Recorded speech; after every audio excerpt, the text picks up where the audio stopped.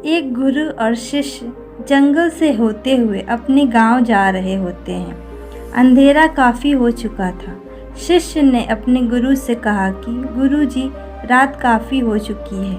अगर आप कहें तो आज की रात यहीं आसपास के किसी गांव में गुजार ले। गुरु जी ने अपना सिर हिलाया और वे आसपास के गांव में एक छोटे से घर के पास जाकर रुके। शिष्य ने दरवाज़ा ठकठकाया। उस घर से एक गरीब आदमी बाहर आया तो गुरुजी ने बोला, हम अपने गांव जा रहे थे, लेकिन काफ़ी रात होने की वजह से हमने इसी गांव में रुकने को सोचा। क्या हम आज रात आपके यहाँ रुक सकते हैं? गरीब आदमी बोला, हाँ क्यों नहीं, आप दोनों अंदर आ जाइए। अब जैसे ही गुरुजी अंदर गए, उन्होंने देखा कि उस आदमी के घर में बहुत ज़्यादा गरीबी थी। गुरुजी ने उससे पूछा कि आप काम क्या करते हो? वह गरीब आदमी बोला कि मेरे पास बहुत सारी ज़मीन है। तो गुरुजी ने बोला, अगर तुम्हारे पास बहुत सारी ज़मीन है तो इस तरह से क्यों रह रहे हो? वह आदमी बोला, यह किसी काम की नहीं है। गांव वाले बोलते हैं कि ये बंजर ज़मीन है, यहाँ पर कुछ भी नहीं उगाई जा सकती है और वहाँ फसल उगाना बहुत बड़ी बेवकूफ़ी है। गुरुजी ने बोला कि तुम्हारा गुजारा कैसे होता है? उसने बोला कि मेरे पास एक भैंस है जिससे मेरा पूरा घर चल जाता है। ये सुनने के बाद गुरुजी सो जाते हैं और रात में जब सब लोग सो रहे होते हैं तब गुरुजी अपने शिष्य को उठाते हैं और उस गरीब आदमी की भैंस लेकर अपने गांव चले जाते हैं। शिष्य अपने गुरु से पूछता है कि गुरुजी, कहीं आप ये गलत तो नहीं कर रहे हैं? उस गरीब आदमी की रोजी रोटी इसी भैंस की वजह से चलती है।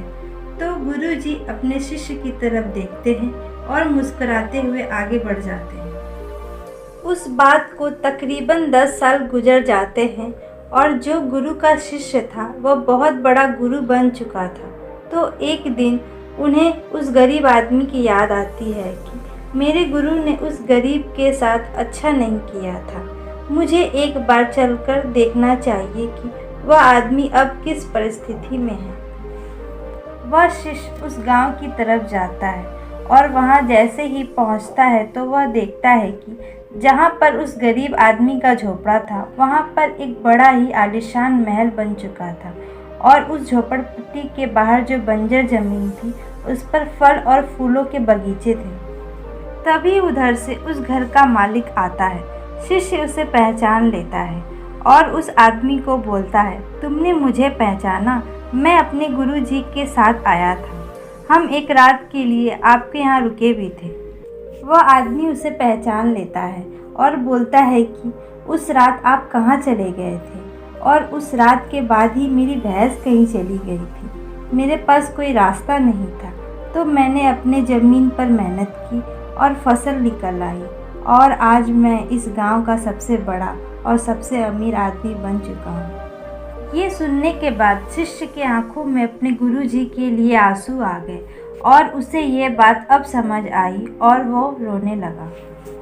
इस कहानी से हमें यह सीख मिलती है कि हमारे अंदर भी ऐसी बहुत सी खूबियाँ छुपी हुई हैं, लेकिन हमें कोई ना कोई चीज़ रोक कर रखती है। देखिए, आपके पास भी तो भैंस की जैसी कोई दूसरी चीज़ तो नहीं है जिसने आपको आगे बढ़ने से रोक कर रखा है।